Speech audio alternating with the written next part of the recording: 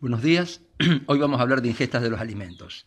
Este elemento es muy importante porque va a ser lo que nos va a unir la oferta del alimento, lo que nosotros le podemos dar de comer a un animal, con la demanda o los requerimientos del animal. Digamos, si tenemos la oferta por un lado, la demanda para el otro lado y el animal no tiene posibilidad de ingerirlo, pues entonces no estamos ofreciéndole al animal los nutrientes necesarios para mantener sus momentos fisiológicos. Esto de ingesta es importante verlo porque es lo que nos va a alimentar mucho en lo que es la alimentación animal. Podemos tener una oferta de un alimento de excelente calidad y tener un animal con una demanda que podría cubrirlo. Pero vamos a ver cómo esta ingesta va a estar influenciada por una serie de factores que tenemos que tenerlos en cuenta al momento de planificar la alimentación animal.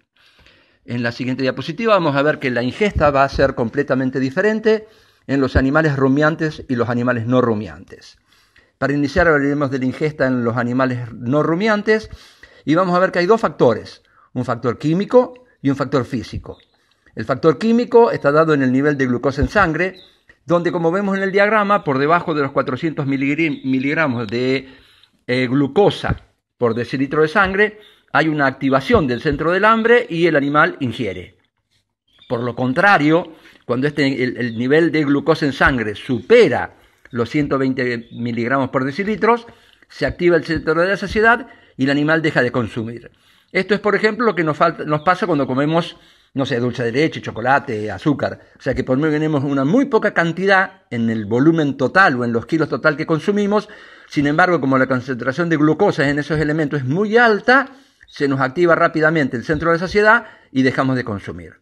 El segundo factor o factor físico es el llenado o vacío del estómago. ¿Sí? Cuando el estómago está vacío, se contraen las paredes del estómago, esto activa el centro del hambre y el animal ingiere, y por lo contrario, cuando el estómago está lleno, se activa el centro de saciedad y el animal lo consume. Esto del estómago lleno simplemente puede ser que esté lleno, no que esté nutrido. Y esto ocurre, por ejemplo, cuando uno consume altas cantidades de fibra, donde uno se llena, siente plenitud, siente que está lleno y deja de consumir. Sin embargo, ese alimento, por ejemplo la fibra, puede que no esté cubriendo los requerimientos del animal. En el caso de los rumiantes vamos a ver que hay también un factor físico, que es la deflación del rumen, o sea que cuando hay bajos niveles de ácidos grasos volátiles, ya vamos a ver qué es esto, hay una activación del centro del hambre, el animal consume. Por lo contrario, cuando hay una represión del rumen, cuando hay un alto nivel de ácidos grasos volátiles, entonces hay una activación del centro de la saciedad y el animal deja de consumir. Entonces acá vemos cómo el factor físico actúa en el rumen. Mientras tanto también tenemos el factor químico, o sea, la glucosa en sangre, que actúa al igual que en los animales no rumiantes. Por debajo de los 40 miligramos por decilitro se activa el centro del hambre, el animal consume. Por encima de los 120 miligramos, ¿sí? Hay una activación del centro de saciedad, el animal deja de consumir.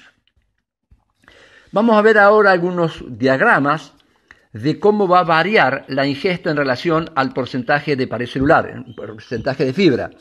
Y vamos a ver que en este caso la ingesta es inversamente proporcional, o sea que a medida que aumenta el porcentaje de pared celular, o sea la cantidad de fibra que tiene un alimento, ¿sí? Este alimento va a ser ingerido en menos cantidad, porque esto está asociado con la diapositiva que continúa, que es la digestibilidad. Y en este caso vamos a ver que a mayor digestibilidad, mayor ingesta, porque al haber mayor digestibilidad, el alimento pasa más rápido por el tracto digestivo se vacía y el animal tiende a consumir nuevamente. En el caso de las proteínas vamos a ver que hay una curva ascendente hasta cierto nivel, donde hay una saturación, y por más que aumente el porcentaje de proteína, la ingesta se va a mantener constante y no va a haber un aumento de ella. Esto también pasa con el tamaño de partícula. Cuando la partícula del alimento está bien molida, está bien chiquita, la velocidad de pasaje es mucho más rápido. ¿Sí? Y aquí vemos en este cuadro cómo a mayor tamaño de partícula, ¿sí? La ingesta va a ir disminuyendo.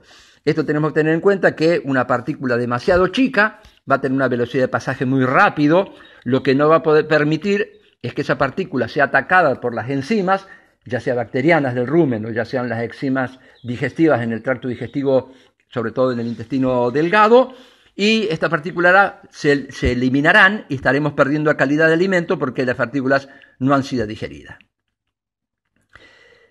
Vamos a ver que en el caso de los rumiantes existe una capacidad de ingesta, o sea que son capaces de ingerir hasta cierta cantidad y después esto hace plenitud del rumen y el animal deja de comer. En el caso de la ingestión está evaluado en una hierba de referencia que es la cebada, es una pastura en su primer ciclo vegetativo, o sea durante el rebrote. Las condiciones que tenga 15% de materia seca, 77% de la digestibilidad de la materia orgánica y 25% de celulosa. En este caso vamos a ver que para el caso de los rumiantes, en el caso de los bovinos, los animales van a consumir 140 gramos de materia seca de esa unidad de referencia por peso metabólico por día, y en el caso de ovinos y caprinos, casi la mitad, 75 gramos de materia seca de esa unidad de referencia por unidad de peso metabólico por día. Vamos a aclarar que el peso metabólico es una unidad que se usa para poder comparar especies y el peso metabólico no es más que el peso vivo elevado a la 0,75 y esto sale de una ecuación que relaciona la masa de una especie animal con su volumen, con su superficie. Y en el caso de esto, como es una unidad, nos unifica tanto un ratón como un elefante que podamos compararlos entre ellos. A continuación vamos a ver varias causas que nos van a influenciar en la ingesta. Sí, vamos a ver que hay causas propias del animal, la especie, no todas las especies animales comen lo mismo, la raza animal, no todas las razas consumen igual, la edad, vamos a ver que un animal adulto va a consumir en volumen total mayor que un animal joven, sin embargo, por una cuestión de crecimiento, en proporciones el animal joven va a consumir más que un adulto.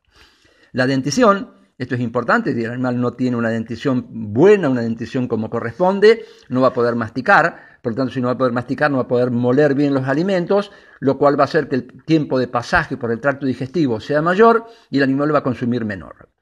El estado corporal, aquí vimos que el consumo está vinculado con el peso vivo y esto nos está diciendo que a mayor peso vivo, mayor consumo.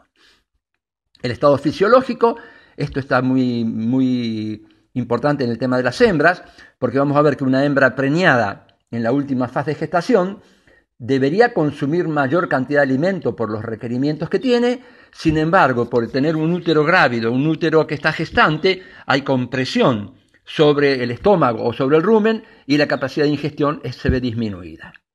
La actividad, esto lo podemos ver en un caballo de carrera, lo podemos ver en un perro de trabajo, donde a mayor actividad, mayor consumo.